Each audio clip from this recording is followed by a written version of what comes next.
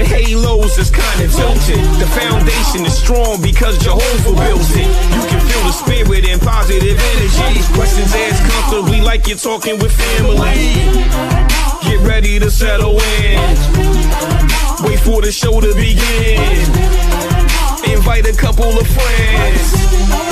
It's time for Unhinged. Introduce to you Get You Home Towing, a family company with the sole purpose to get you home. Whether you need roadside assistance or transport services, we have a flatbed big enough to transport any vehicle to its destination. Our offer to you is our gratitude and great service at a much cheaper price.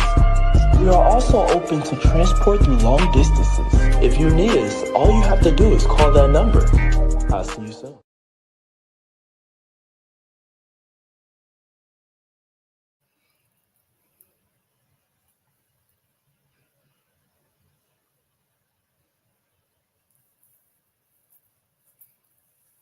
Hey y'all, how y'all doing? Y'all all right? I mean, what's really going on? Thank you so much for tuning in. You've tuned into Unhinged Live. I'm your host, Nikita Tilted Halo Hansford, and I'm sitting alongside my good girlfriend, Karen Sims Harrell of Twisted Threads LLC. And you already know what it is. It's Tuesday night, and we've got another barn burner of a show lined up for you on this evening. Let me get you familiarized with what's going to happen on tonight's show. But before I do that, I want to go ahead and say hola, hello. Thank you for tuning in to every last one of our replay viewers who are going to be joining us at a later date and time. We appreciate your support.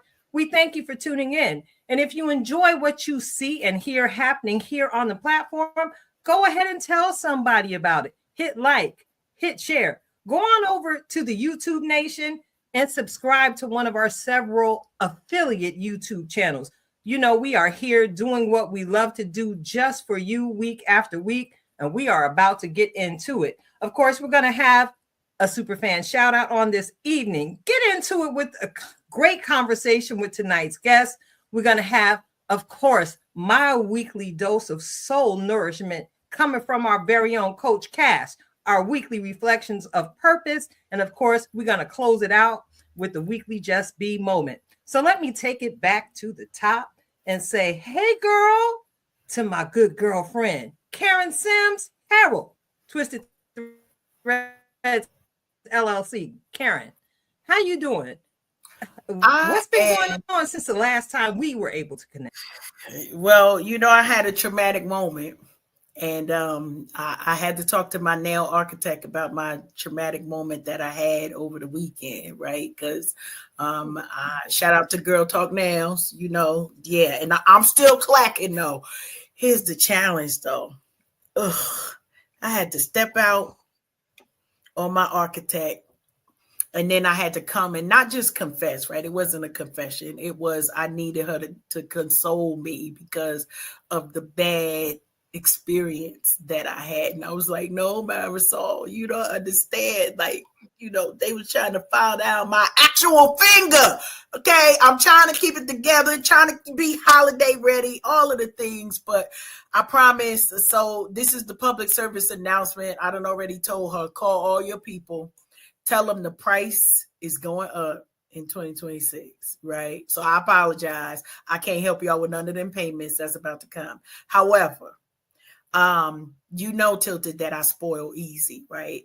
And so yes. Sometimes we think that the experiences that we have are good, right? Until we get a better experience and then realize it was trash the whole doggone time. Can I just say that? Trash the whole time. So for the last couple of months, right, I have been a repeat customer to Girl Talk Nails. And y'all know Marisol, part of our tribe, and once always, we love her. But the service that she gives, right, the experience that we have when we go and sit in her chair. The rest of y'all got nail techs. We have nail architects. Okay, that's our nail architect. She comes in. You know, this lady asked me, "What color do you want?" What design do you want? What would you like to do? I don't have to do none of that when I sit in Girl Talk Nail Chair. And so, okay, it's not going to be a whole hour about that. I'm just saying it's been a couple of days. My breathing is back to normal. Ooh.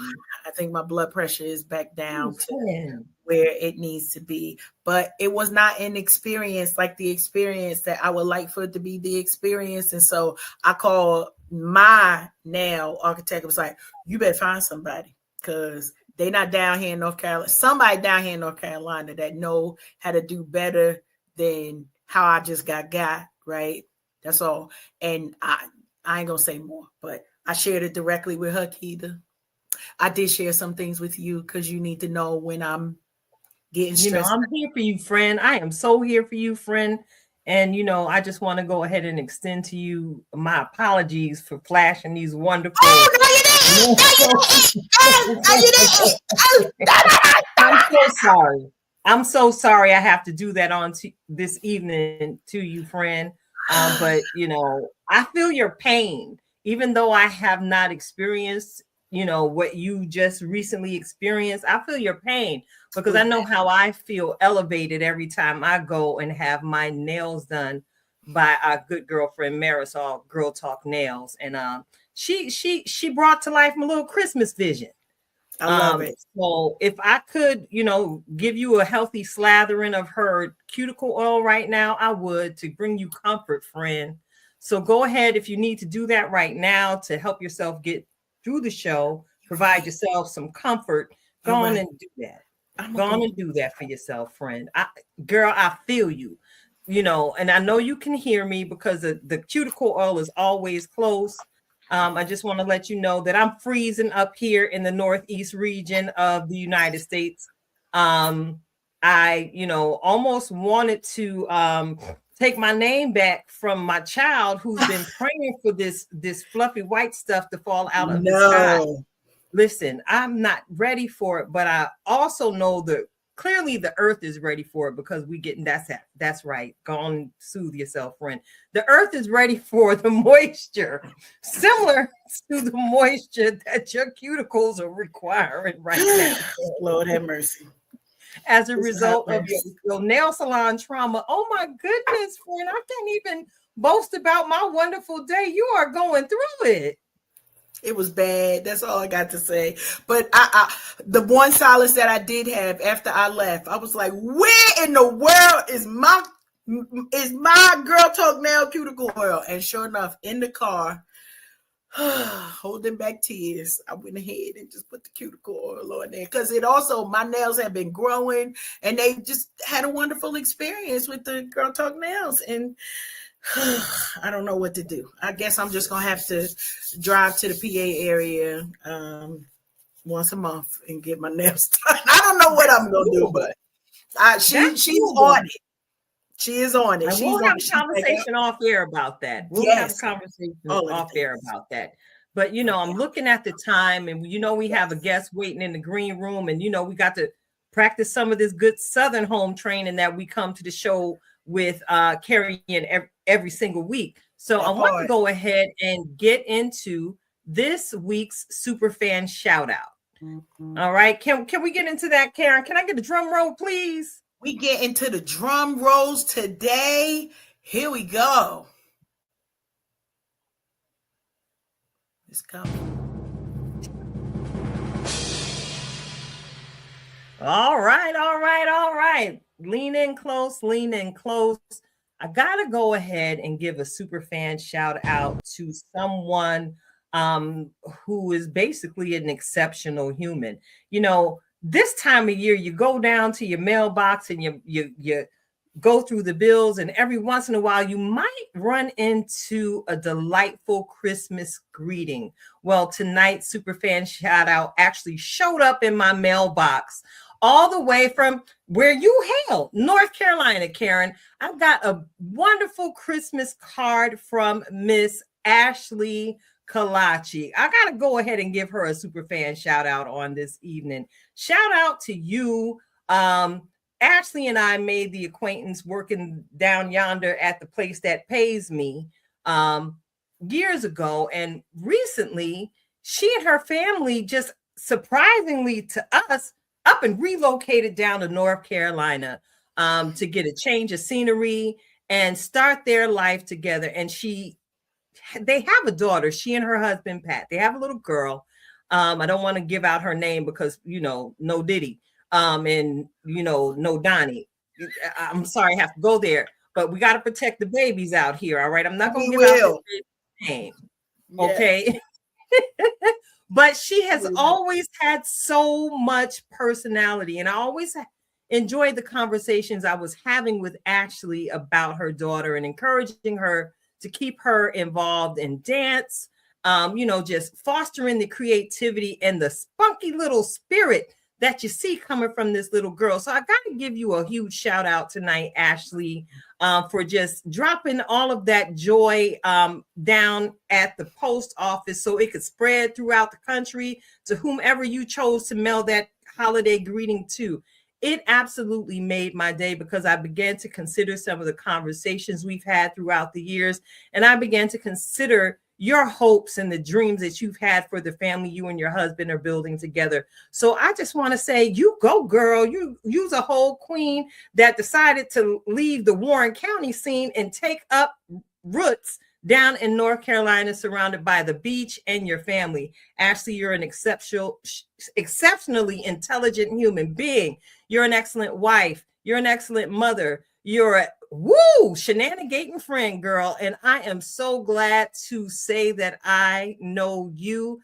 Though we are far, far away right now, you never know what the future brings, where you and I might actually be able to take in a sunset together there on that North Carolina beach. This shout out is for you. I look forward to all the great things that you and your family will continue to do in the future, Ashley. Love you, girl. So yeah, you got a super fan shout out this week, Karen. I can't be selfish with the love. That is a good question. Who I'm shouting out this week? You know what? I am going to be just a tad bit more selfish, right? I'm shouting out my she used to be my middle granddaughter, but now we got too many kids. I don't know what position she is.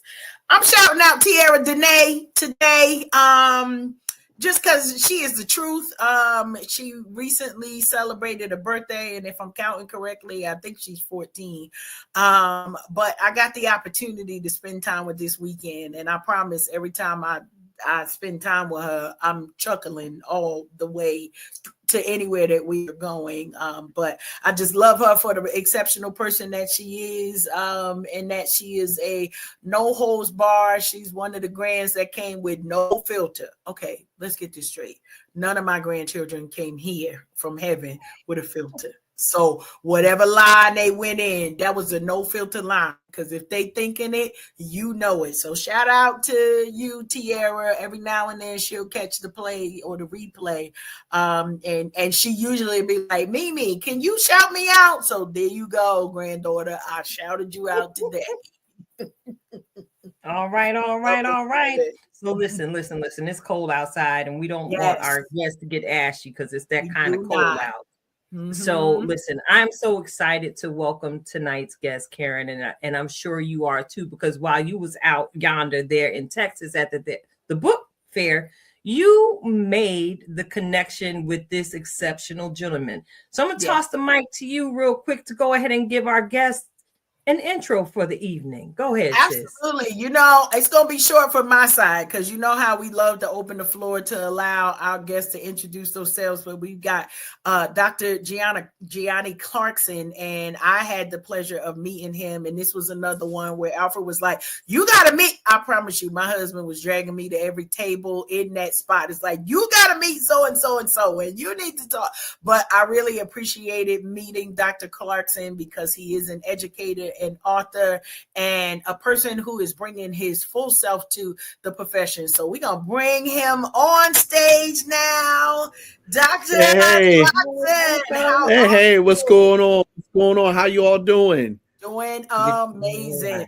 So glad that you said yes. And you were one of the first ones. I was in there literally while everybody else walking around talking. I was like, all right, here we go. We're going to get these schedules because we know how tomorrow looks like for a lot of people, right? I'm going to do it tomorrow, and then life is happening. So right away, you said yes, and just appreciate you coming tonight. And so, as I mentioned just a few minutes earlier, this is very specific for a date that you're coming, being an educator yourself, knowing that this kind of when the countdown usually starts for teachers and educators. Listen, it done started like to the fact of people know in November you going to school for 13 days, then we're gonna eat turkey, and then we're gonna go to school for 15 more days, and then we're gonna open presents. So ain't nobody playing around. I love it. I love it. So as we had you come in here, if you wouldn't mind introducing yourself, telling us a little bit about your origin story, and those who maybe this is their first time meeting you virtually on our Unhinged stage. No, well, thank you again so much for allowing me to be here. My name is Dr. Giani Clarkson. I hail from the city of Detroit, Michigan. I, of course, lived there and then went from there to Dillard University, where I majored in theater arts and speech communications, and worked in nonprofit for a good little bit, survived Hurricane Katrina, actually left 10 hours before Hurricane Katrina hit the city. And it was something that broke my heart because I love New Orleans, truly. And then when I got to DC, I started working in nonprofit, and of course realized that journey was coming to an end.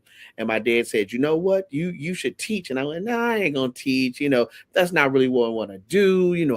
I've interned at theaters. I won a regional Tony and all this really cool stuff. I don't want to do any of that. And now we're looking at 15 years later, have won multiple Teacher of the Year awards. At one time thought about walking away from education and found myself writing a goodbye letter to education through a book that I wrote called Teach, Pray, Drink, and decided to step out on faith. Released it on my birthday. It debuted #1 on Amazon, and some 6 awards later for the book. I've been very happy how well it's been received, and it's performed in the top 50 and numerous educational categories for those that are interested in education, for those that really want to know what the hell is going on with education, and for those that are just really kind of weighing the pros and cons of whether or not they want to be here. So that is the book that is, and I am so excited to talk about this book and have a great conversation this evening. I love it. I appreciate that part right there. Yeah. Now, as I was talking, because every now and then when we have guests, so I'll tell you, Dr. Clarkson, Tilted will act like she's not going to say nothing, but I know she's going to be beaming for this whole as we I'm here for it. So I'm just like getting right to it. She already knows I never talk about my best friend behind her back because it's so enjoyable to do it right in front of her face. So this is my witness. I'm gonna find out anyway. I love it. I'm gonna find out anyway. Yeah, I love it. That's a fact. So can you give us a little bit like an elevator speech for Teach, Pray, Drink, and what's the heart of this book? So the book is called Teach, Pray, Drink, Watering and Harvesting the Roses from the Concrete. And it is everything that you want to know about what's going on in urban education. A lot of people are sugarcoating it, but let's be honest, across the country, there are a number of schools that are not opening up with schools being fully staffed. And why is that? It's because people are walking away from education at a rate that is insane. So either you teach, pray, or drink, and sometimes I did all three. And what we're realizing that even if you do all three, it's not solving the educational gap that's happening in urban communities. So I talk real honest about it, why it's happening, what's going on, what's bad, what's good. And each chapter opens up with a Bible verse, a really great playlist because I'm a kid of the 80s and 90s. I love some really great music, and a drink recipe because let's be honest, happy hours is where a lot of teachers decide to talk and solve all the problems of the world. But underline, there's something very peculiar happening with teachers. And what I mean by that is that inside of our profession, where there used to be a time where who led in alcoholism was, of course, lawyers and doctors and some members of various branches of the military. Now we're seeing more and more that teachers are climbing up the list as being a profession with the highest number of cases of alcoholism. And that's bad. Do you want your kids being taught by someone that's self-medicating like that? And sometimes, to tell the truth and shame the devil, it's not just coffee in that cup. It's just not coffee in that cup. And that's scary. That's scary. So this is what the book's about.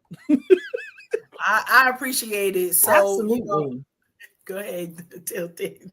No, I'm saying, you're absolutely correct in saying that. I have to share from my bag of experience in the education field. When I was working as an admin assistant at a special ed high school, the students had a field trip that day, and part of my job was checking in the bus driver for whichever trip or what have you.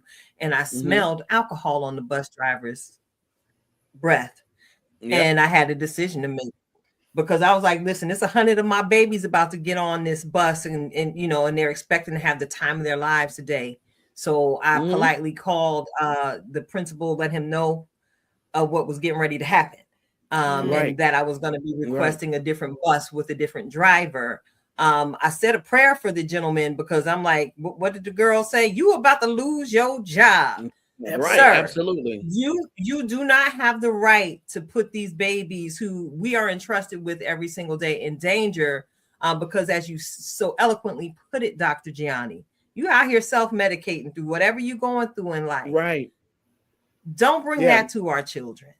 Yeah. They fight through enough some days to just get to the classroom. But allow me to digress. No, and that's a great point that you're bringing up. Go ahead, Karen. I'm sorry. No, you can go ahead, Doctor. No, I was going to say that's a great point that you're bringing up. Yeah, because this is a job that's supposed to bring joy. You're supposed to be bringing joy to others. But what's happening inside of our classroom, where teachers are finding that I can't get through the day without doing this, and then to the point that teachers are quitting at such a high rate. I had to deal with something that kind of broke my heart, but I had to understand the reason why.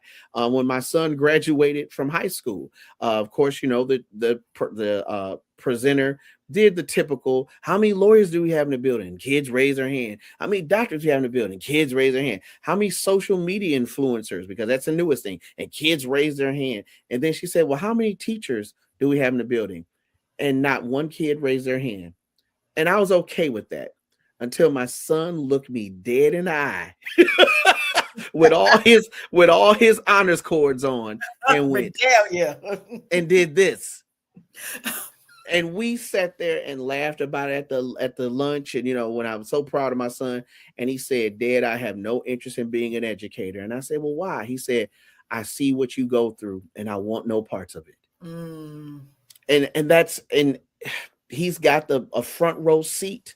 Right. Looking at it.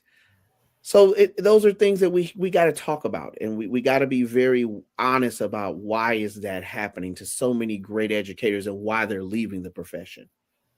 I really, really love that. And, as we dig some more into the book, and as you mentioned, I think I knew the title. I knew that the title was literal. There is something different when you go from the title to experiencing the book. And we do go through the scripture, and we do go through the cocktail recipe. Yes. Oh yeah. I'm hands-on on that cocktail recipe. I'm going to tell you what, how much, the measurements, everything else. And the reason why. And I even do a little drinking instructions, like, hey, you want to drink slow here, and this is the reason why. But part of it is, and this is just part of the Black experience, we can't sometimes have difficult conversations with a little bit of humor and them shot glasses coming out.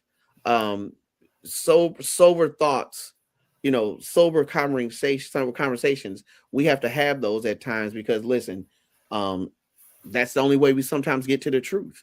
And that's sad, but I'm very honest about that pathway. I love it. I love it. And I promise, to our drinking saints, to our cussing 3 days a week saints, to our cussing every day saints. Listen, all are welcome here at the Unhinged Table. And it brought about, a realness to the conversation points that your book is definitely bringing out. Of there are some challenges that are facing, and I'll admit it, as a parent, some of the stories, I don't even want to call them stories, but your accounts, right, were very difficult to hear. Because I want to fight somebody. Like, what you mean? We graduate. I love the chapter. Okay, so I admit, Dr. Giani, I could be or could have been one of those aunties, never the mother.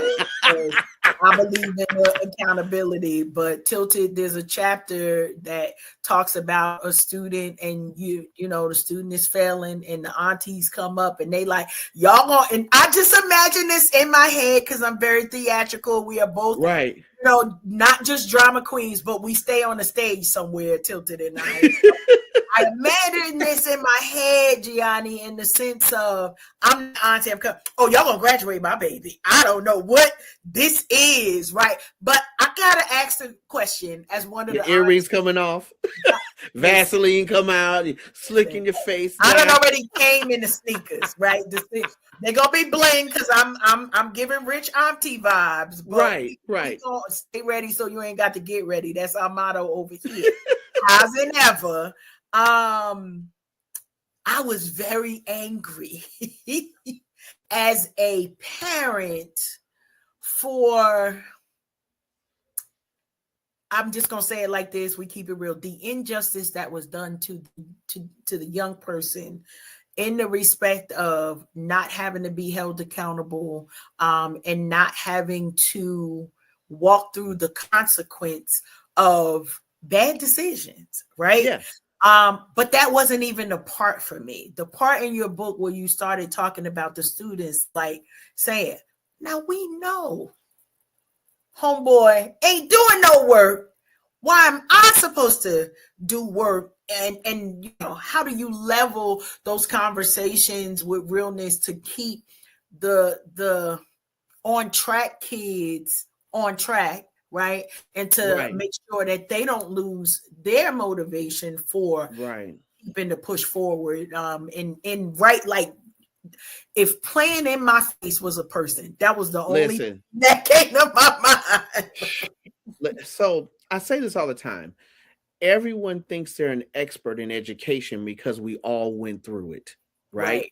It's kind of like, I don't know why they teaching it like that. Because when I was in school, Miss Such and Such taught it like this way. Miss and Mr. Such and Such is dead and gone. Okay. We done had all these evolutions in education, and you talking about a practice that existed some 20 years ago. That doesn't mean that we discredit your experience, but you and this child are not the same. There are similarities, but y'all are not the same. What the big issue that we have right now is really teaching kids about accountability. And then we realize that we have parents that don't understand accountability. So a lot of times when I'm talking to first year teachers, I say, don't worry. You've met the apple. The tree is around the corner. The tree gonna show up at parent teacher conference. I don't know why such and such. I don't know why this kid act that way. Just wait. Tree around the corner. And that's not an indictment of calling these parents bad people. I say this all the time to teachers. That parent is raising the best child that they know how to raise. There's tons of books on parenting, tons of books. Ooh. But trust me, if George and Glendale Clarkson could have picked up a book that said how to raise Giani Clarkson, they would have read it cover to cover and still would have made mistakes. because every child is different, right? So we have to find ourselves teaching accountability a lot of time to not just parents, but to kids, but just the parents as well too. Even so much to this point, I've often told my students, if you think you don't like me, wait till you meet your first boss. You think Okay. you think I'm the problem? Wait till you meet your first boss. I like Your that. first boss gonna look at you and I'm just holding grades above your head. Your first boss gonna make sure whether or not that light gonna turn on at your house, Come on whether now. that water gonna run. You get ready to go out on a date and If you go pick go up have a house, let's go there. you gonna have a house, right? You're gonna get ready to go out on a date to pick up the little cutie, and you're gonna realize, oh Lord, someone has stole my car. You're gonna realize the repo man did it. But anyway, we're gonna leave. Keeping it real though. But we have to prepare our kids for real life, because real life is about accountability and understand when you do make a mistake, what's all at stake for that. So that's what we're getting to. That's the grand tax we're getting to. I love it. So just to share a little bit about my background. So Dr. Giani, I have my master's degree in educational leadership. Yay.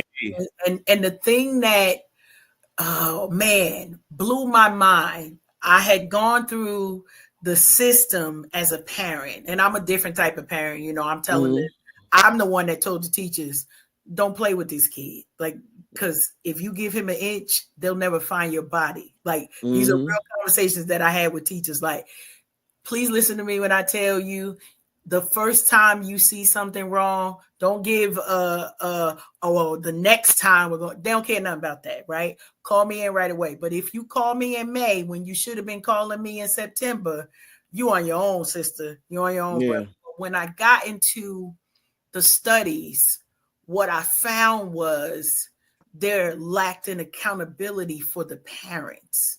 It was like, I can sue the school because my kid didn't learn, right? Yeah. But where's the accountability for me as a parent to say, Johnny, you gonna do your homework. I don't care if we got to do it by candlelight, right? Right. We understand that challenges are happening in people's homes, but how is this where the state of education? I promise you, that was literally 10 years ago.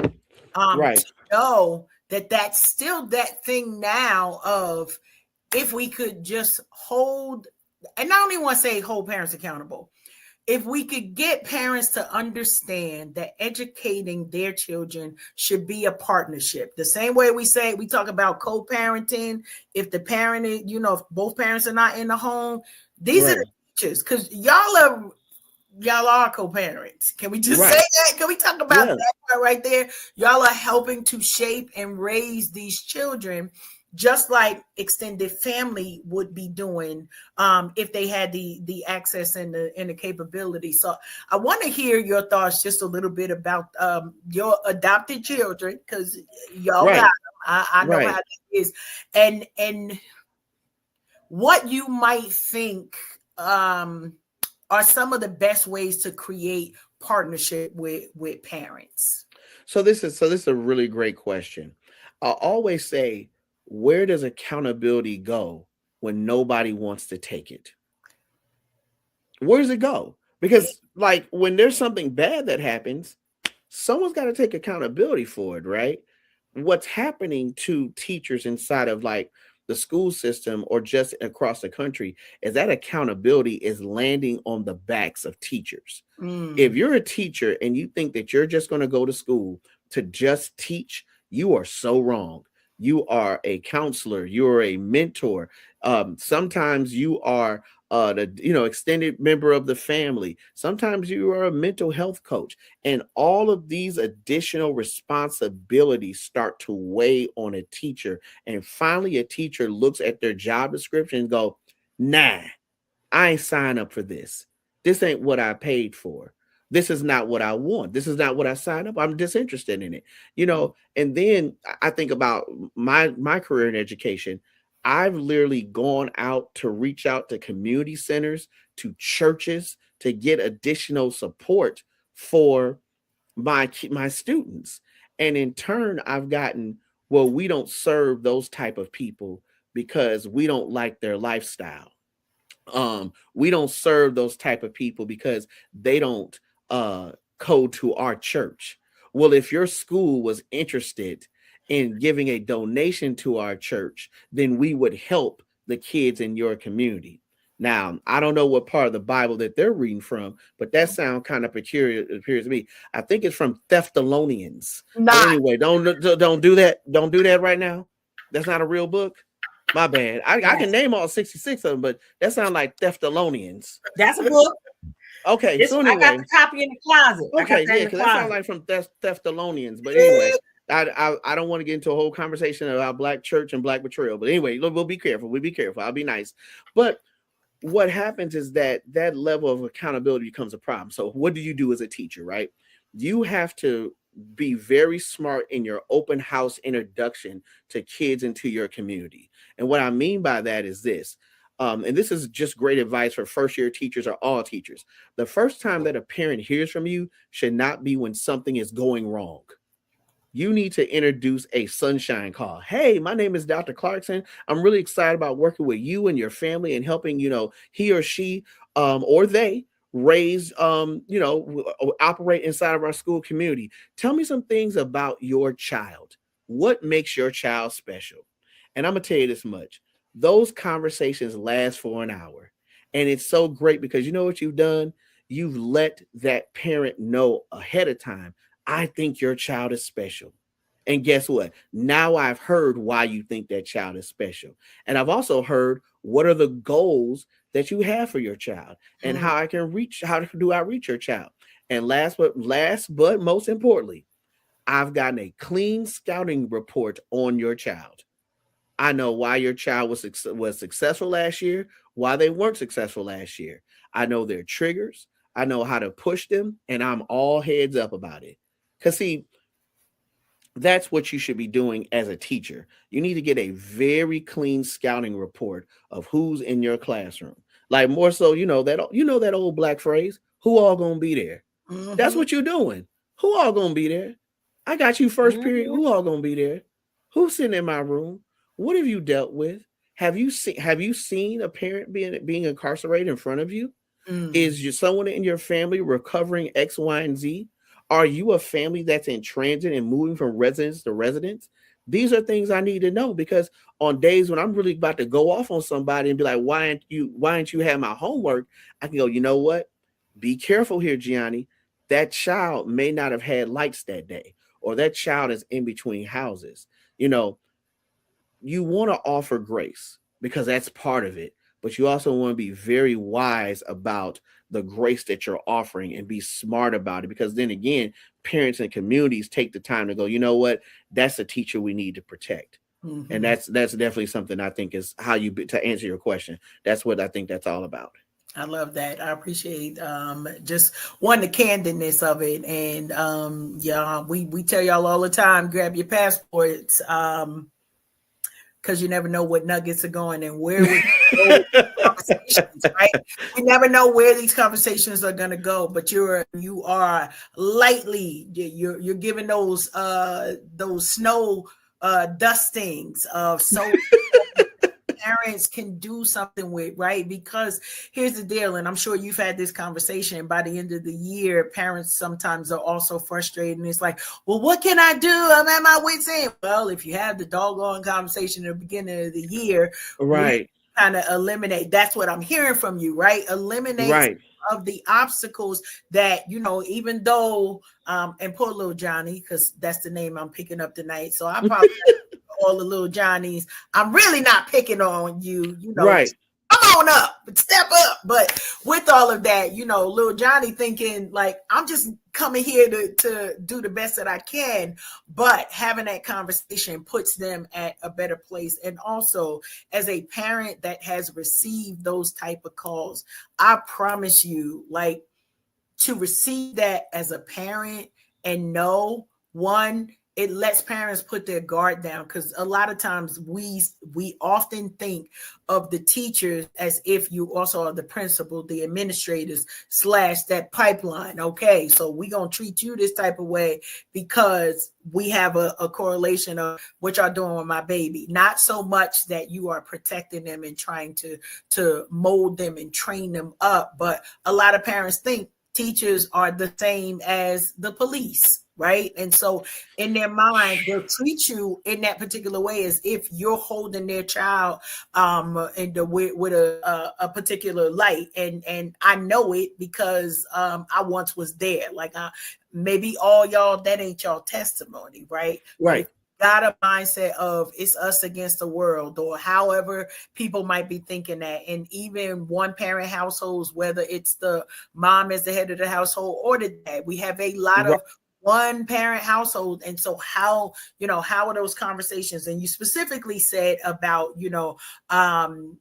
urban education, right? And all of the transformations that it's seen over the years. So I got to put my tilted hat on, and tilted is going to know in a minute, right? So my next question, with my tilted hat on is, after a long day, what might be your favorite drink or cocktail?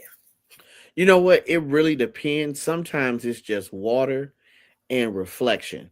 Um, my success has come with falling in love with the boring. And what I mean by that is that I feel like if you're going to be successful, you got to be married to boring. You got to be willing to have a routine. I listen to the playback of me teaching. I probably listen to my voice more so than anything. Did I give enough wait time with this question? Was that clear? Um, you didn't really answer that student's question. And I listen to these things driving home because I'm always trying to chase perfection. That does not mean that I'll ever catch it, but boy, perfection gonna feel like I'm close a lot of times. And that's kind of what I do to wind down. Now, overall, I'm always going to go with a good old fashioned, Okay. or my other favorite drink is a solid Paloma. Like I love a Paloma. And if it's, sometimes I just need to just drink it neat. I'm not giving no one any product shots up here because, but I enjoy brown liquor above everything. So that's what I'm just gonna leave that there, because until we see a check from any of these companies that are featured on my bar, we just gonna say brown liquor. But brown liquor. I love it. I love it. yeah. All right. My next question is this: if your students wrote your biography, what would the title be? Boy, he cares. And I mean, honestly, they probably say a bad word first, Right. but my students know that I care. That's one thing they say all the time, like, Doc, you really care. And hell yeah, I care. And I care because I'm very cognizant. And I tell them I'm very cognizant of the monster outside of this classroom. And there's just part of the world that is not interested in you being successful. They're not interested in your dreams. They're trying to make sure that they keep you underneath a thumb. I'm very, very honest with my fellas. I tell them, this is the last time you'll ever be in a classroom with this many guys. Black men are disappearing from college. My son is currently a junior at Bowie State, and they have literally taken a whole dorm that was a male dorm, and it's now been converted to an all women's dorm. What is that saying about where our Black men are going? Meanwhile, Black women continue to be one of the highest educated sexes and races in our country, and they leaving us behind. Like they're literally leaving us behind. My son, when he walks into the lunchroom, he sits and he realizes it's nothing but tables full of young ladies. That was my testimony going to Dillard University. And of course, being an 18-year-old, hey, I was like, oh, this hooray, I love all this. But look at me, come on now, let me be honest here. Let me be honest here, okay? It's a table full of women. I'm like, oh, this is great. But as I'm older, I'm going, this is bad. This is an indictment of what's happening. And then when I think about friends that I made who wind up not finishing, a good majority of them are men, not women. I care. I do. God, I care. And I care because I understand about what community building should really look like. And I'm so concerned about the build out of wealth, of power, of political prowess. And I just often feel that if we don't get this solved, worse things are on the horizon. So I have to care. And I care in how I show up for my kids. You know, this week not so much because it's holiday season, but I'm always suit and tie with Jordans. And you know, I'm always prepared. I try to provide my students with really wise out of classroom experiences. I have a program called Kicking It with Clarkson where I invite guest speakers in to talk about their experiences. I've found myself in very interesting places in these 15 years. I've paid utility bills to make sure that kids, you know, don't look at their mom a certain type of way.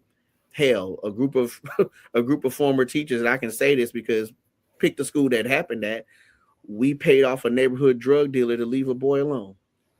I care.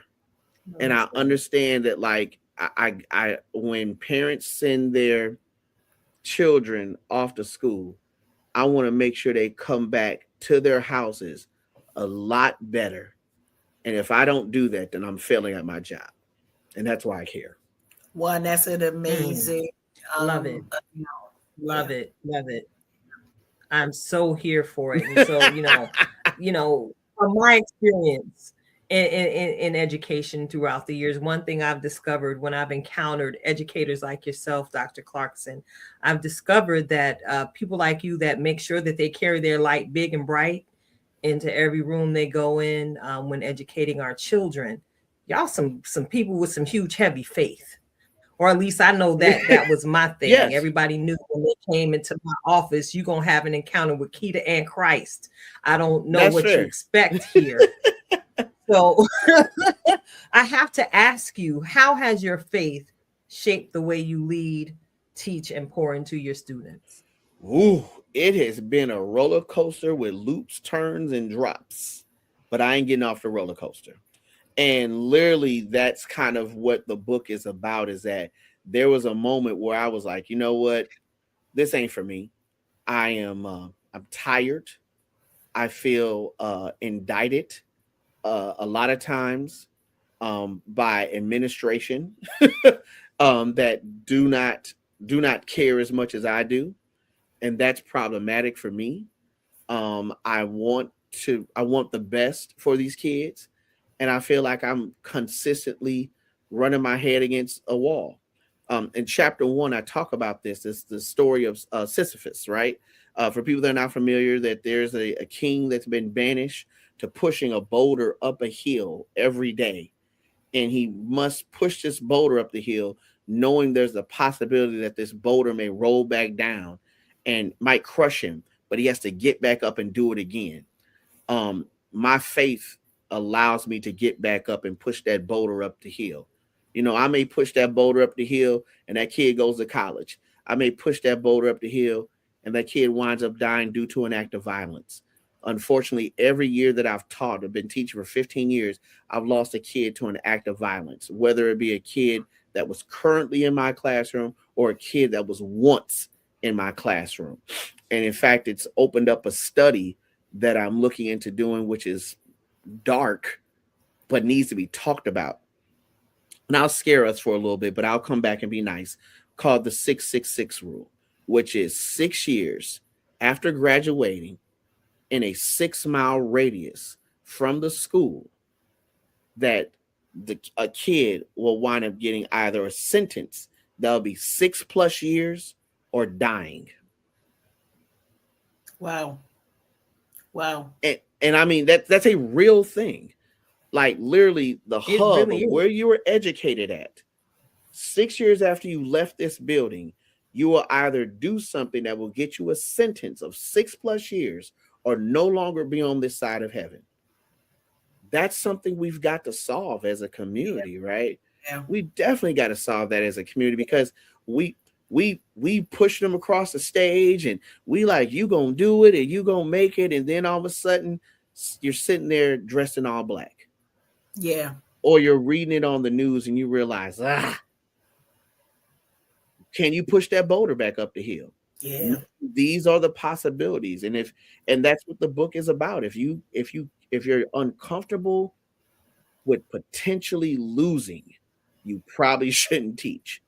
And I credit my father for telling me this a long time ago, probably year 4. I would have bad summers. Man, I'd have bad summers. I would be so depressed. This kid failed. I can't believe this kid failed. And what could I have done more? And I could have done this and done this. And finally, my dad had to tap me on the shoulder and be like, Gianni, there's nothing else you could have done. You've done everything. You showed up every day. You was in professional dress. You offered awards. You offered prizes. You drove kids home. Like, what else can you do? But that's that albatross that you carry around your neck as a Black educator, because you want these kids to be successful. You want our kids to be successful so badly, and that it's that care factor. And if you don't care, you just shouldn't do it. Like, I get it.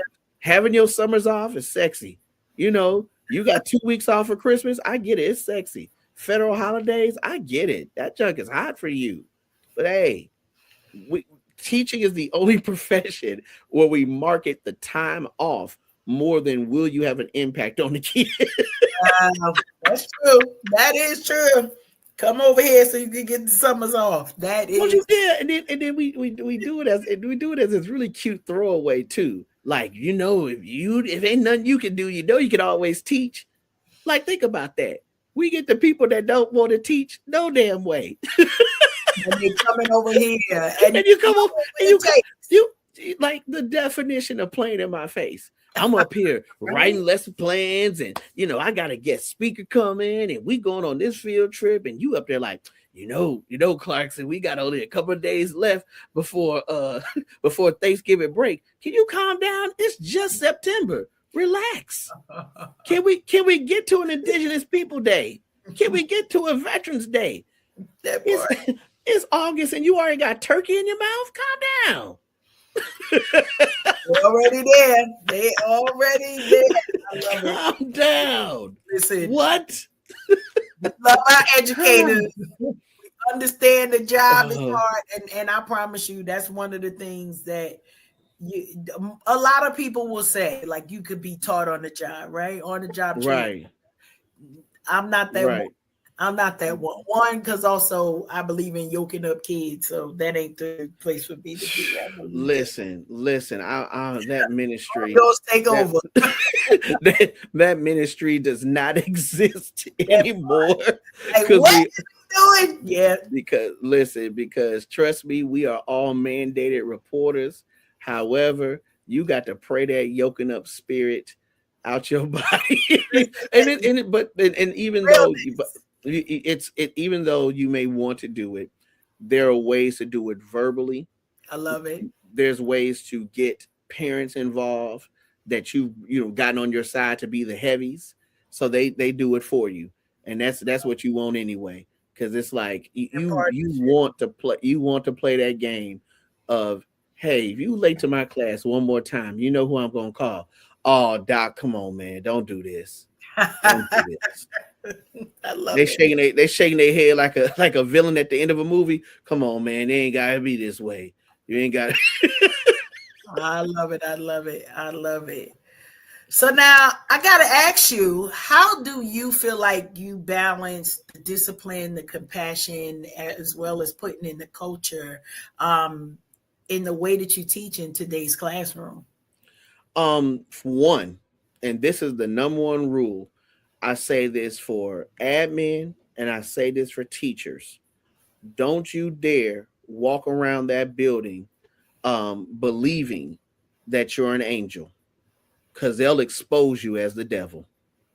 I repeat, because someone needs to hear this right now, right? Don't you dare walk around this building masquerading, cosplaying as an angel, because they'll expose you as the devil. I try to operate all situations as a saint. And what I mean by this is that I've done good, I've done bad, I've learned lessons, and these are the lessons I'm going to give to you. I've done good, I've done bad. These are lessons that I've learned, and I'm going to give them to you. I'm not going to gatekeep my experiences or my failures so that I always look good in front of you. My students talk to me about this a lot. They go, man, you talk a lot about the times that you failed. And I go, why not? They exist. Y'all think I got here because I was perfect? No, I got here because I failed. And that's also part of the concern with like our kids. Our kids are so afraid to take chances because they're so afraid to fail. Everything that they do is documented on social media. So they don't dance at parties, they don't call girls, girls don't call guys, and the beat goes on. So for me, I feel like by admitting my failures and sitting in them, that's how I'm being able to be successful. Hell, today, this is actually something that actually did happen. Planned a whole field trip. I failed to do something. And I immediately told my executive director, hey, that's on me. I got to stand up and take that responsibility, because if I don't, then I'm going to be masquerading like I'm perfect. And that's bad, because you mess up. Right. And at the grand scheme of things, when I can go back and go to meetings and say, hey, that was my fault, I have to own that. And if I made someone feel uncomfortable based off of my mistake, I got to own that. And in turn, what happens is that your community becomes a little bit more endeared to you. Not because you was perfect, it was because you had accountability, which goes back to that's called that callback, which goes back to the beginning of our conversation of why do we have the issues we have with parents. We're just so afraid of accountability. We're so afraid to say, I'm sorry. We're so afraid to bend the knee, apologize. I had to apologize to a young lady because I graded her paper a 0. She said, Doc, I turned that in. And I was like, no, you did. My bad, baby. She was like, Doc, it's okay. And I love that, because what happened is she's going to remember from that conversation, not the fact that I gave her a 0, but because I was an adult that apologized. You know how many adults don't apologize to kids? Come on now. Preach on now. You know how many adults don't apologize? You could do a whole segment on that, and wonder why these it's kids so hate important. you so. These kids hate you so, and that's the reason why. Because you out here being a stone cold maniac. you a Tasmanian devil walking around yelling, and you don't apologize for nothing. And then when all of a sudden you want sympathy, there's the cupboard's bare. The cupboard's bare. So I grew up with this phrase. It goes, life is a mirror of a king and a slave. It's just what you are and do. So give to the world the best that you have, and the best will come back to you. You have to be a king of your emotions. Can you control your emotions? That's like, good. you got to be a king of your emotions. Where's your stewardship in your emotions? A kid says something crazy to you and you off your rocker. Ain't you the professional in the room? Never mind. Let me be quiet. I'm making somebody mad. I'm gonna make somebody mad. Let me be quiet. Love it. I mean, that's the church. I need my church fan. Hold up. Y'all stop that. No, but I'm serious though. Like, where's the moment where you say, I'm the adult in the building, I'm the adult in the room? You out here getting into a whole cussing battle with a kid. What's the old phrase goes, you wrestle a pig in the mud, it's hard to find a pig. Come on now. Come on. I don't know. No, but that's a big deal, when we're thinking about what needs to happen, right? And so for years and years, and I'm sure all of the time you've been in education, we've heard about reform in education and right. And you've hit so many of those nuggets in just this conversation this evening. And many of them show up in your book, right? They show up in the conversations that need to have. They show up in, as you talked about, the accountability. I wonder, as I was kind of getting into the book, the thought was, for me, just, has writing this book changed the way you teach, or what I would say, what do you think the impact has been to you for you writing this book? And it sounds like it's more to come. So maybe a series, something else. I don't know. Oh, the money. I know I wrote this book for the money. No, I'm joking. I'm joking. Listen, you will have some kids signing up for a writing program tomorrow. No, I'm joking. What it did was it freed me and it forgave me. Like, I really was very angry in my last school community. And it was because I consistently felt like things weren't making sense. And for smart people, things have to make sense. Like, and when they don't make sense and you're compromising things at the cost of children, it doesn't make sense. And then you don't get to say, well, it's for the kids, because everybody in the room is smart and it's not making sense. So like I said, I wrote this book very much so with this idea of it being a goodbye letter. Like, y'all can have it. I'm done. I'm tired. I can't. What else can I do? Y'all have taken up 1/4 of my life with this profession. And it's insane. And I don't want any part of it anymore, right? But after I read it back in transcript, I went, okay, I'm good. I'm ready to teach again. And it immediately was like, yeah, I felt like I was back at year one, but with 13 plus some years worth of talent behind it. And it's like this joy that I found back into it. Amount of times I laugh in the course of the day, how much I enjoy teaching my AP class. I'm inside of a really smart school community with some really smart people.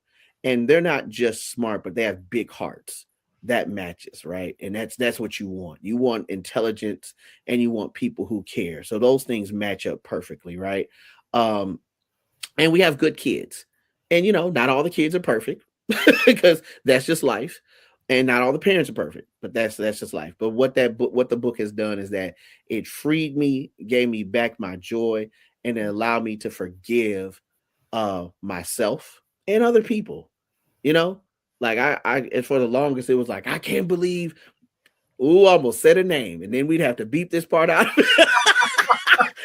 Oh no, but it did. It forgave me. It forgave me from a lot of people.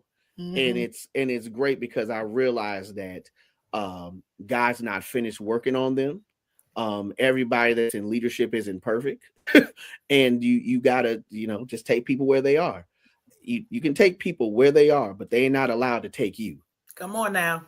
Right. So that's part of what I had to do is like, yeah, I'm gonna leave you where you are, but you can't take me with you. I gotta go. I'm gonna leave you right here. And when God's ready to solve that, or whoever you pray to, right, is ready to solve that, I wish them luck. And that doesn't mean that I walked away from there being once again an angel, but I walked away from there being a saint. And when I talk to first year teachers, I can give to them, in the words of the brilliant philosopher Kenny Rogers, you got to know when to hold them, know when to fold them, know when to walk away, know when to run. Never count your money sitting at the table. There'll be time for that when the deal is done. Don't sit up there and stay at a teaching profession counting. Don't stay at a school counting your money, because you're going to wind up counting your money at a very sad table. There'll be time for that when the deal is done. Get out of there. And I can honestly say, leaving happier, bank account happier. Life is good. Sometimes that's what it is. In that order. Yeah. In that order. Yeah. Love it. All right. So you hinted a little bit about maybe a sequel, maybe a series. No, I didn't. I didn't hint it. You didn't say that. No. I heard. Okay, you cannot discredit what I heard, Dr. Okay, I'm sorry. I cannot discredit I what heard you it heard. too. That is fair. I That is fair. heard was there may be some more writing in your future. I love the transparency of, you know, we're teasing and everything, but I can honestly say I thought it was well written. I thought that Thank you. the humor in it is needed, like, Thank you. some of this stuff and the topics, you know, and the chapters, they were heavy. Like, they were heavy. There is nothing that we could say to be like, oh, well, we could make this a little bit lighter. No, you cannot. You cannot. Yeah. You have to, you know, walk children through their first funerals, right? And or funerals for people who they know. And that's one of the topics that you talk about. But knowing that these are the things that you continue to carry, because it's not like you could put down. There's no, you know, no book return that you could say, all right, I'm done with these memories. I'm done with these experiences. Now, Right. you know, let me get the sprinkles and the glitter, or however it needs to happen. And so these have informed who you are as a person, but they also inform and from what we're hearing, the way that you teach, the reason why you care about what it is. And one of the things I want to highlight was I'm gonna call it a battle, maybe a struggle. You could decide to Sure.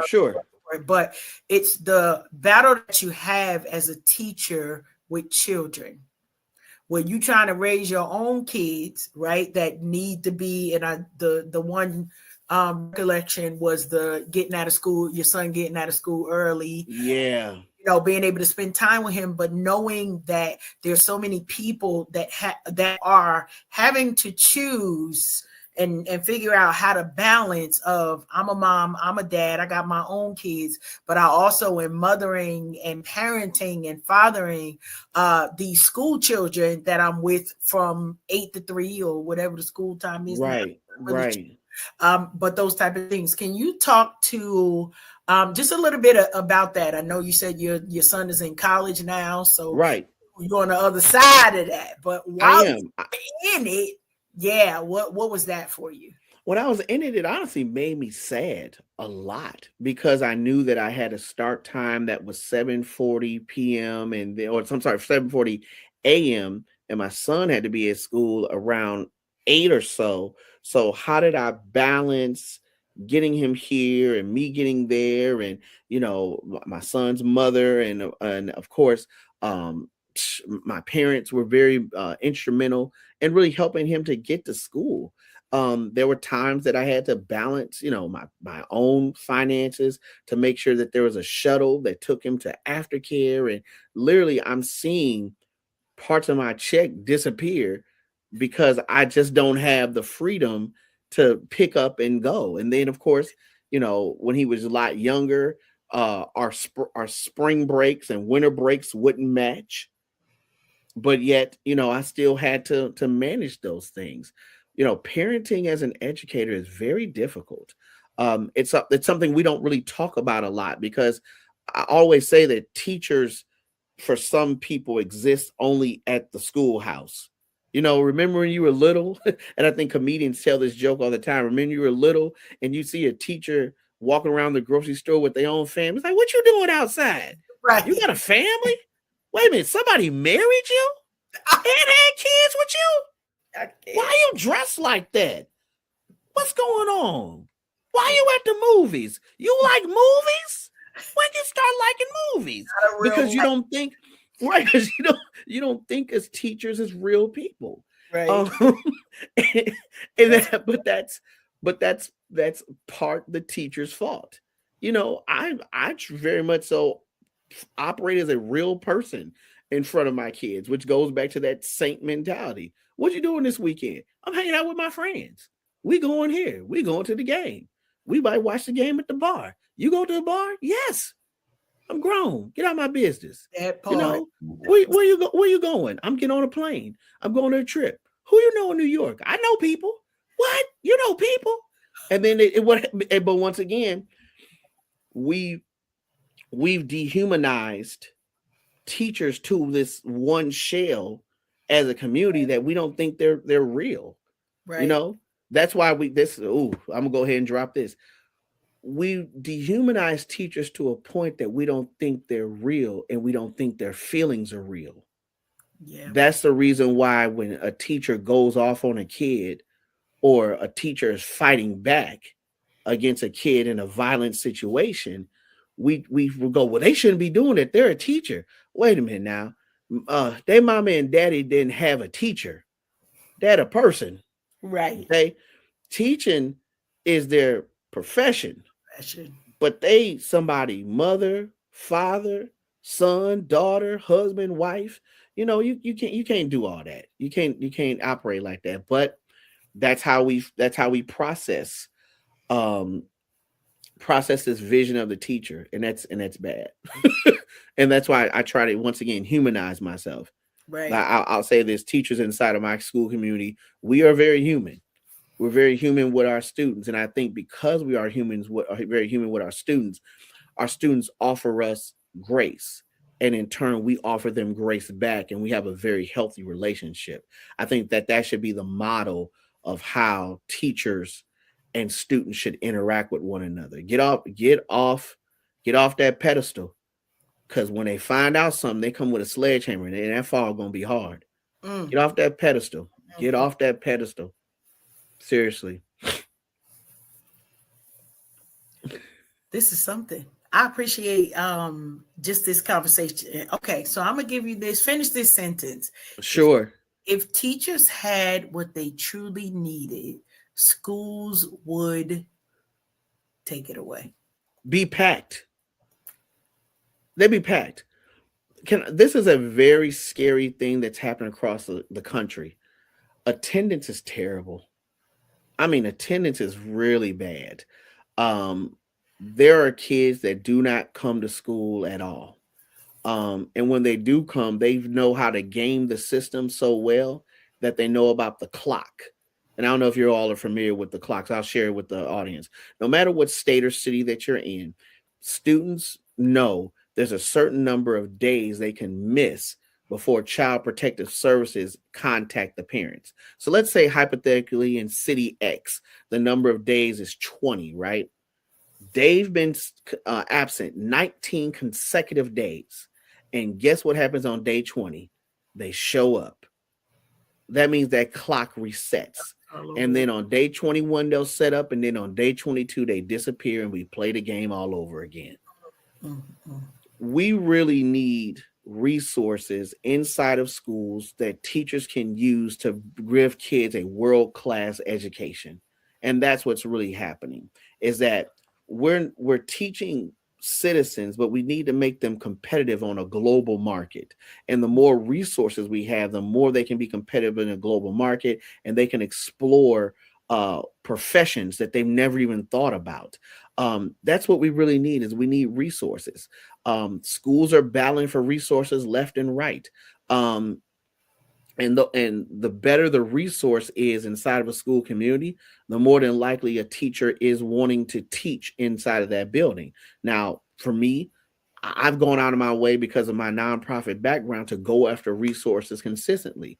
And I leverage my relationships. I'm a board member at Ford's Theater. I know a series of nonprofits in the city that offer things. I leverage my relationship with my fraternity, with my chapter, both my undergrad and graduate chapter, to bring resources into the building. But yeah, these resources change the trajectory of scholars and whether or not they decide to attend college or start their professional career. Those things are important. So yeah, if we had money, the schools would be packed, and not just resources, but also giving some teachers the proper training that they need. A lot of teachers have come into school and they done read, certain books. I won't mention that book because I don't think that book is good.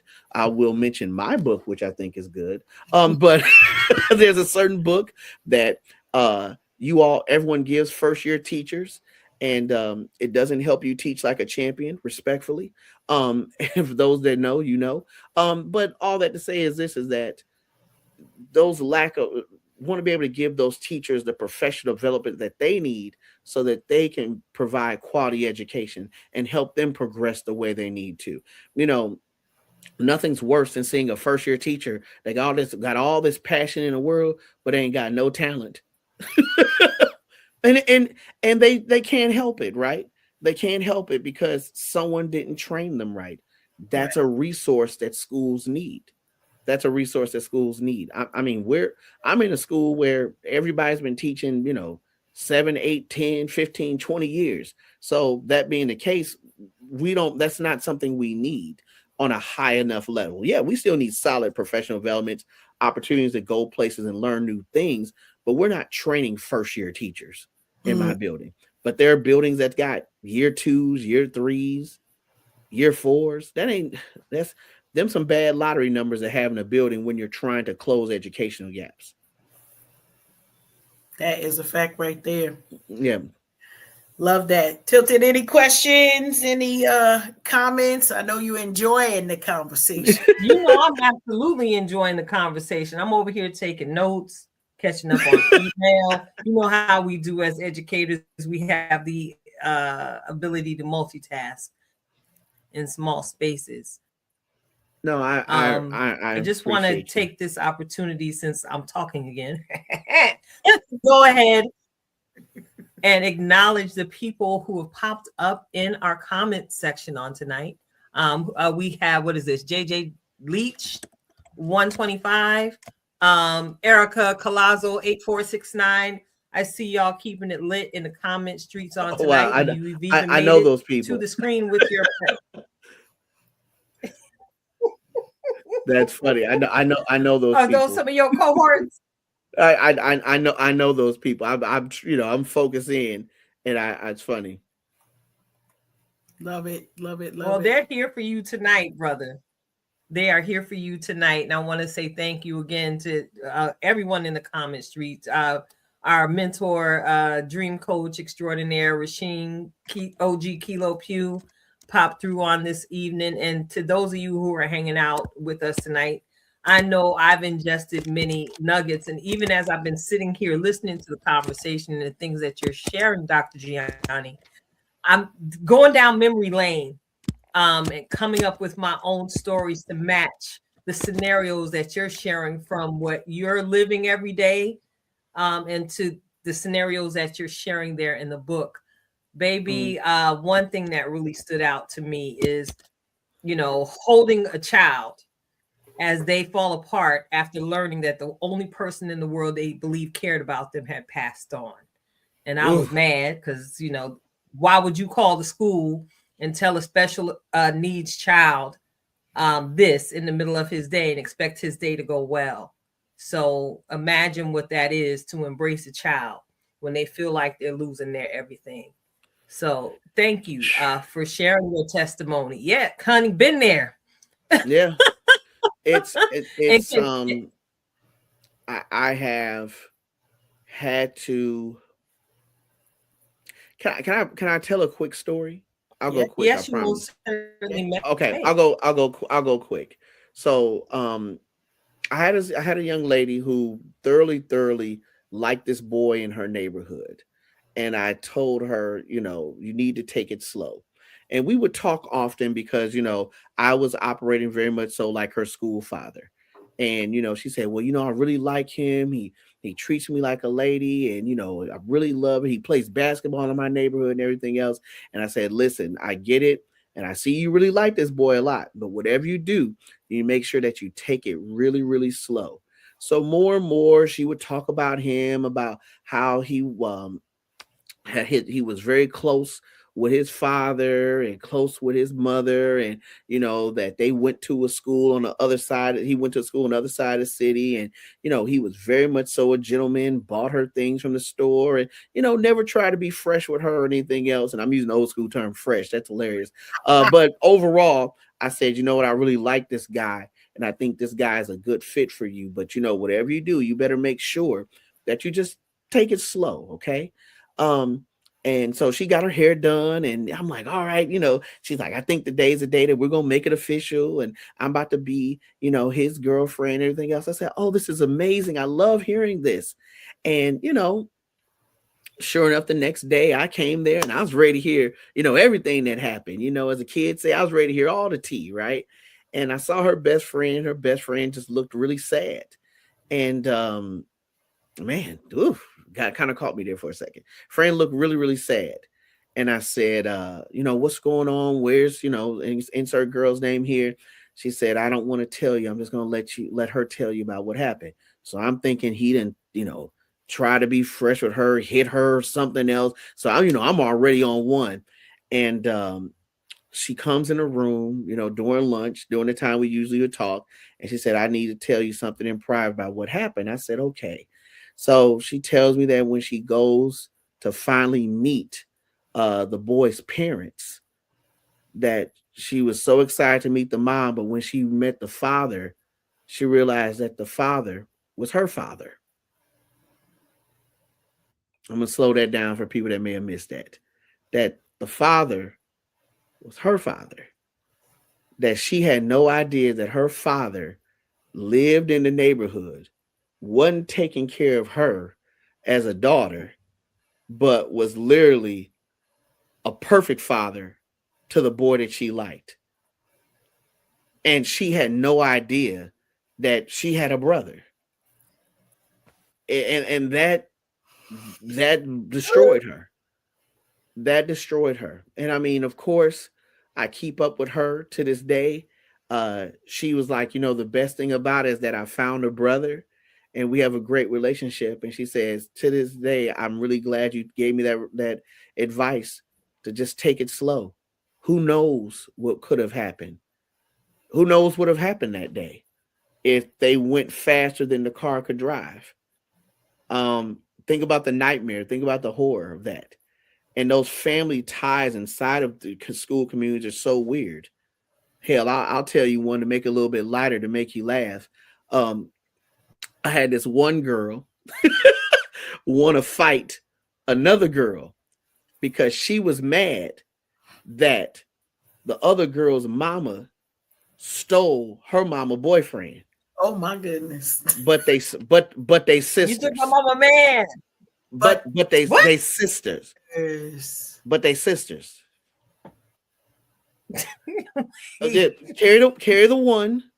You heard me. I was just thinking, carry the one. What? No man. Okay. So we literally are breaking up a whole fight between sisters because the one sister is mad at the other sister because her mama stole my mama man, and then make my mama cry at night. And because I can't whoop the mama, I'm gonna try and whoop you. So now we got a Royal Rumble in front of the school. Oh my goodness. Listen. I tell you, because I told you I was listening to the audiobook, right? I didn't tell you when I was listening to the audiobook when I heard the story about the sister and the brother. So everybody in the store while I was shopping didn't know what happened when I was like, what? Wait a minute. You was like, oh, I'm sorry. I'm listening to something. I'm listening. Yeah. That was something that I don't know if there was a segue for. Because I don't know, and I'm with you as you're telling the story in the audiobook, and I'm like, okay, yeah, well, we knew something was gonna go wrong. That right. wasn't on my list. Okay. That I'm trying to date my brother. Didn't know. Because I didn't know. And this young man is being raised, right? Clearly to treat women maybe in a different way. I don't know what the parents' relationship was, but right. Like he had a good head on his shoulders, was doing the right things in all of the areas, and just the wonder of daddy need to take a lesson. I'm just gonna tell you, while I was reading, the people in aisle 7 may or may not have been like, oh, what's going on? What? So yeah. Yeah, it's those are moments, and like I said, inside the book, they're just moments that in the years of teaching that live in my head rent free. Like there's just things that go, man, I can't believe this happened, or I'm now got to, and one of my favorite coworkers, and actually just turned into one of my really good friends. We laugh all the time, and I remember we were at a conference in Philadelphia, and I literally told him, "Hey, bro, I just feel like I've seen too much." Like, like I've literally seen too much, and we both start laughing. He said, "I feel like I seen too much too," and that's kind of what it boils down to. Like I hell, I remember a moment where a woman ran into the building with footy pajamas to confront a boy. I've had to break up a knife fight between two parents.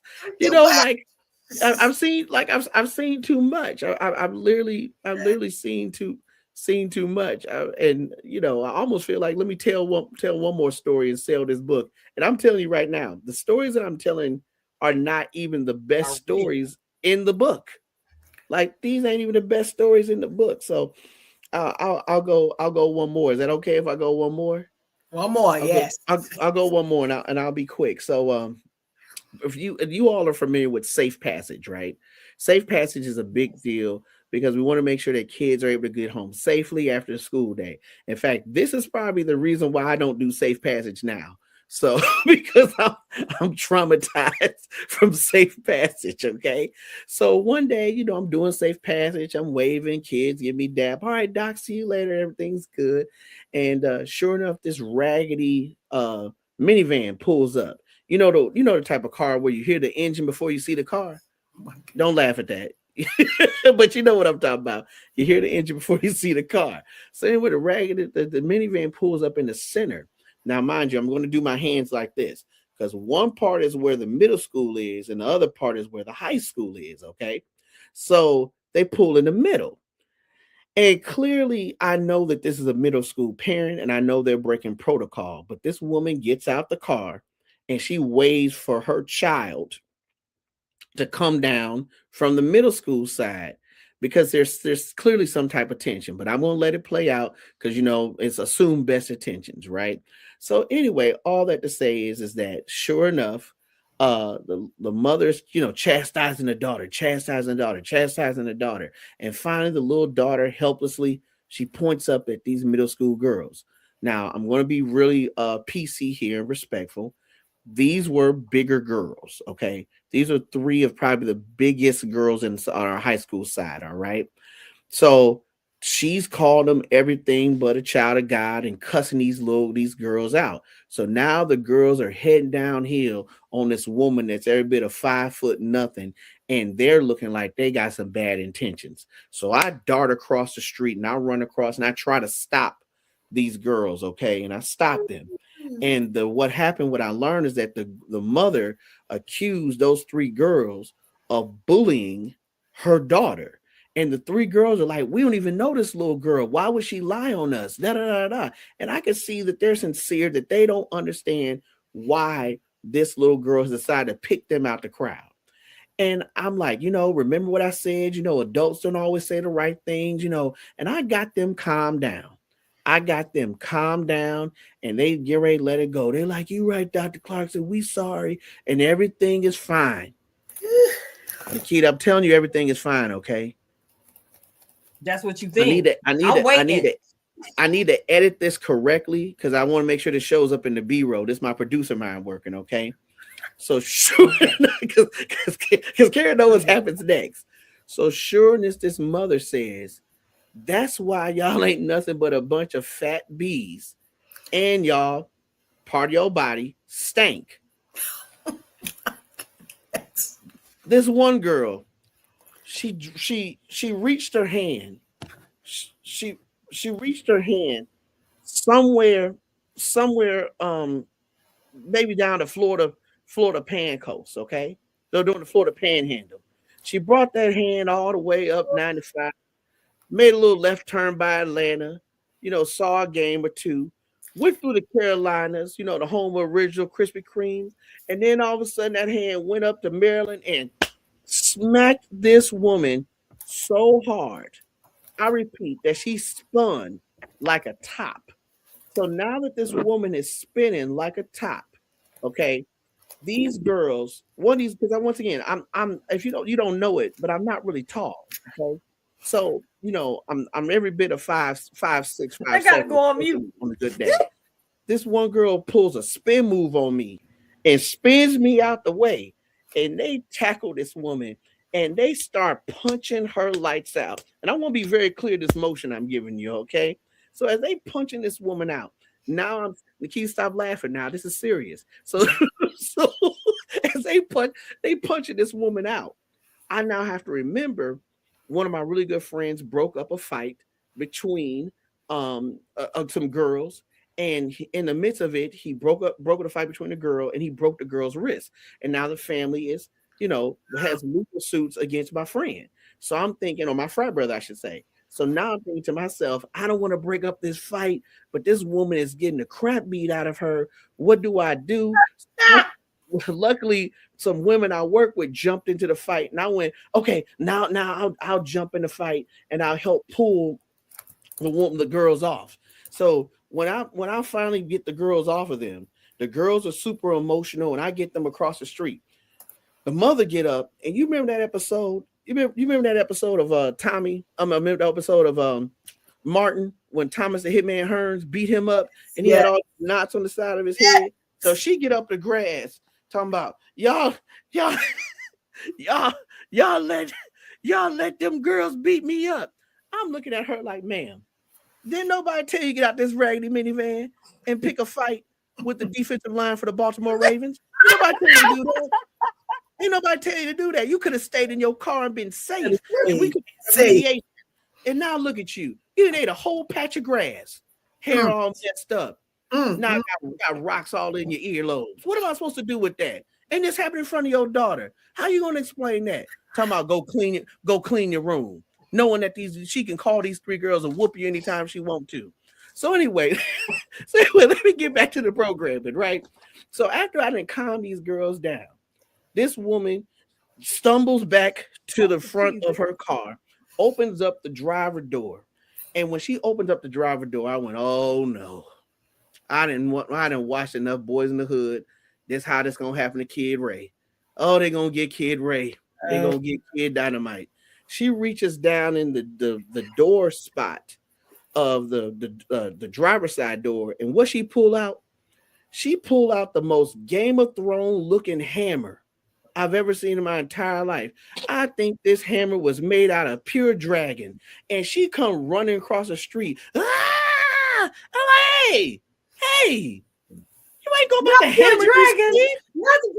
Not the dragon hammer. Wait, you ain't about to hammer these kids. This where everything went to the left. What happened? You ain't about to hammer these kids with this dang on dragon hammer you ain't got from season 2 for Game of Thrones. Put your silly ass back in this car. So anyway, the woman drives off and is like, oh, I can't believe y'all let them girls beat me up. So I'm sorry, I skipped a part. So as I'm walking her back to the car with her Game of Thrones hammer, this old man comes out of the passenger side of the van and goes, that's right, girl. It's okay. You just get back in the car. And I said, now, hold on now. You sat here and watched her get out the car, watched her get whooped. I mean, a good old whooping, like a dang old Bugs Bunny, Daffy Duck. You know, where the dust be piling out, you see legs and feet. Like, it was that type of whooping, right? And now you want to come out and help? You get your ass back in the car too. With the word of wisdom. It's all right. Get back in the car. Like, shouldn't that have been the statement from the beginning? Soon as them girls came down them stairs, you should have jumped out that car. Go, hey now, sisters, just not like this. But yeah, it's a good book.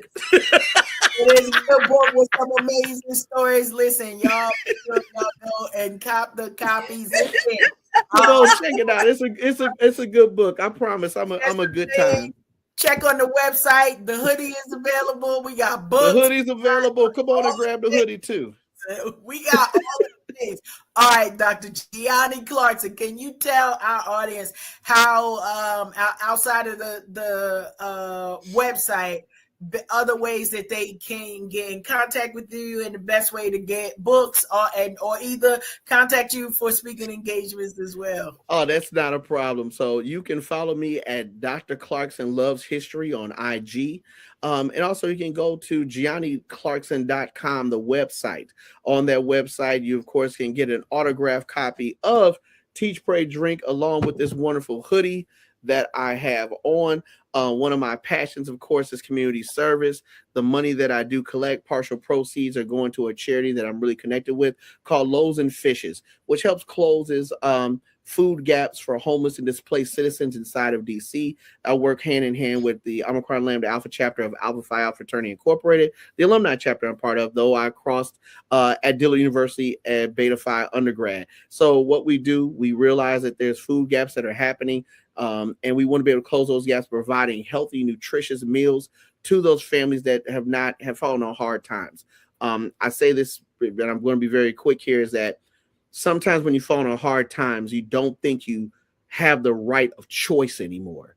But I love the fact that the nonprofit that we offer some really great meals with a great variety, so that we make sure that though you may have a hard time, that you're maintaining your dignity, because that's important as well. So GianiClarkson.com. You can also go to at Dr. Clarkson Destroys History. There's some really great lessons about history in a minute, and a series that I've done before, an award-winning series called Hip Hop and Kwanzaa. So you can check that out as well too. So that's all that's there. I think I did everything well. You did. Well, we are super excited. Thank you for your yes. Thank you for the amazing energy. No, not a problem. Right. Our replay viewers, if y'all just jumping on now, go ahead on. We'll be done in a few minutes, and press play because y'all do not want to miss the shenanigans that have gone on with all of the goodness. Tilted, I'm trying to give you time to catch your breath before to get myself together. Yeah. I'm trying to get myself together because I'm over here crying. Like,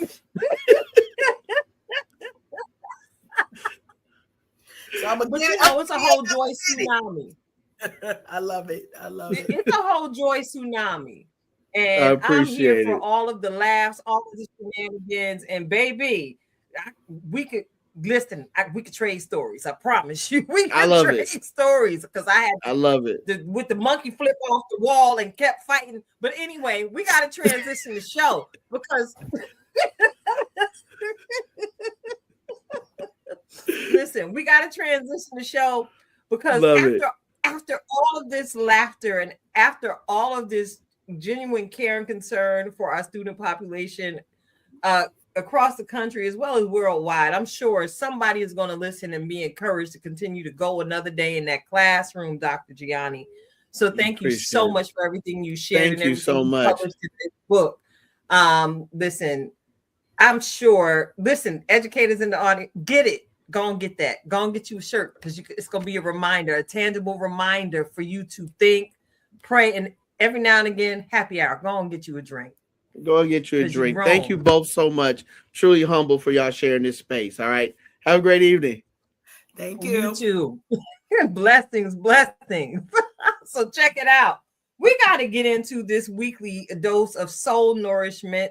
After I have laughed myself to tears, my nose running, I might have to just, throw the logo up so I can go get me some tissue, so I'm not be all on the screen. That's not professional. So I want you all to get ready to receive another on-time ready word of encouragement from our very own in-house certified master life coach. She goals, success, all of it, girl. Coach Cash herself with this week's reflection of purpose. Coach Cash, take it away, sis. Listen, I'm taking it away. I'm grateful for the opportunity to give you a moment again. Such an amazing show. As always, I come to you all with the title, and the title of today's Reflections of Purpose is "It's Already Tomorrow Somewhere." It's already tomorrow somewhere. Here's one of the pieces of recollection. Story time.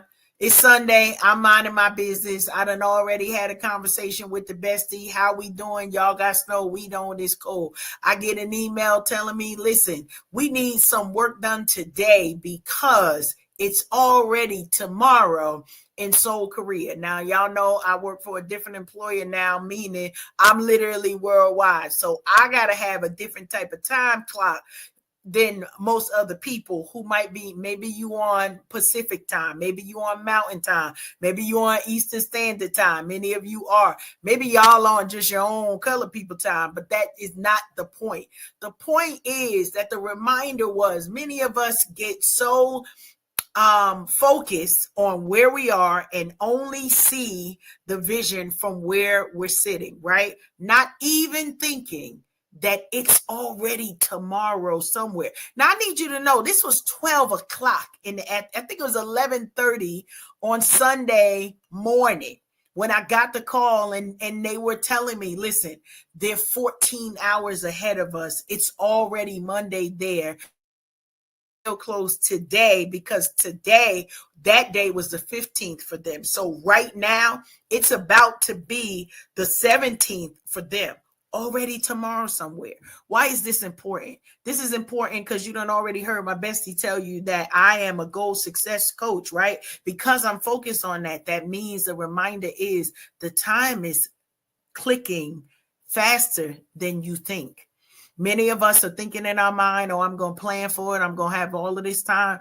But honey, one thing we've seen more of in 2025 than I want to say almost ever before is the rest in peace. And this week we had some doozies that came through with the rest in peace. And we don't want to sit in the seat of regret. I don't want you to be thinking about your final days as if it's like, oh, doom and gloom. But what do you want the world to speak of you when you are gone? You get to create the blueprint for your legacy right now today. So I want to remind you, stop wasting time. Stop with the procrastination. You know what me and my bestie going to do after we get off this show? I ain't going to tell you. Anyway, I'm going to give you a little bit of snippet though. We're going to talk about what's next for our calendars because that's what we do, right? We come here because these are real productions that we have. We have production meetings. We talk about the run of show, but about the aspirations and the goals that we have set for the next quarter, right? We already in 2026. So I know this is not a surprise to the bestie to hear me say it's already tomorrow somewhere because we all have been talking about tomorrow being today for years now, right? For years, it's like, okay, we're 6 months ahead. We're 3 months ahead. However much time you are ahead, the time is ticking. Now you got to be serious about knowing it's already tomorrow somewhere. So for those of you who keep saying, I'm going to do it tomorrow. I'm going to start tomorrow. I'm going to treat myself better tomorrow. I'm going to start the diet. We don't care what you eat over here. Just stay alive, right? Don't choke on nothing. That's really the premise of all of this. But whatever the thing that you've put in your personal internal calendar to say, I'm going to do it tomorrow, today's reminder, get it done. It's already tomorrow somewhere right now. We don't got the time to waste. We don't have the time to play games. We don't have time to play in our own face, right? We talk about other people playing in our face. Don't play in your own face. Get in that mirror and tell yourself, declare the things that you will do. In 2026, we will release a book together. In 2026, we both will have separate writing things that we're doing. In 2026, we both will have separate speaking engagements that we'll have. In 2026, y'all gonna get the coloring books, you're gonna get the retreats. Why am I saying this? It's not because we ain't scared. We ain't never scared, but we also know it's already tomorrow somewhere. So we got to speak these things. Check for your save the date because it's coming. We done already put it out there. So now you know what we not liars. We remain women and queenagers of our word. And so what you speak shapes your entire world. Speak well of yourself, y'all. It's already tomorrow somewhere. Tilted, back at you. All right. Oops, excuse me. I still got some of that laughter juice in my throat. Hold on. Mm-hmm. It was a deep laugh. That was a whole cackle. That was a freeing cackle. And a freeing word. So yes, it is already tomorrow somewhere. So check it out. We at the end of the show, and I got to say something about allowing yourselves to just be. So right, listen, we're gonna do a little something different because we can ready to take a brief hiatus, ain't it, Karen? We are. We are swiftly approaching the holiday season, and as you already said it, Bestie, listen, it's already tomorrow somewhere. In my mind, I'm already at the end of March. So some of those things that have been spoken are already coming to pass. I say thank you, God, that the calendar is already filling up. So check it out. In this moment, as we take this time to close out the show today, I'm going to ask you all to do something with me. Take a deep breath. Let that yawn out. All right. Take that deep breath in. And I want you to remember as you're breathing in and breathing out slowly, releasing the energy from your day, that there's nothing that you need to prove, fix, or rush. You are already enough in this moment. Keep breathing, y'all. Life isn't asking you to become more. It's inviting you to just be. So be present,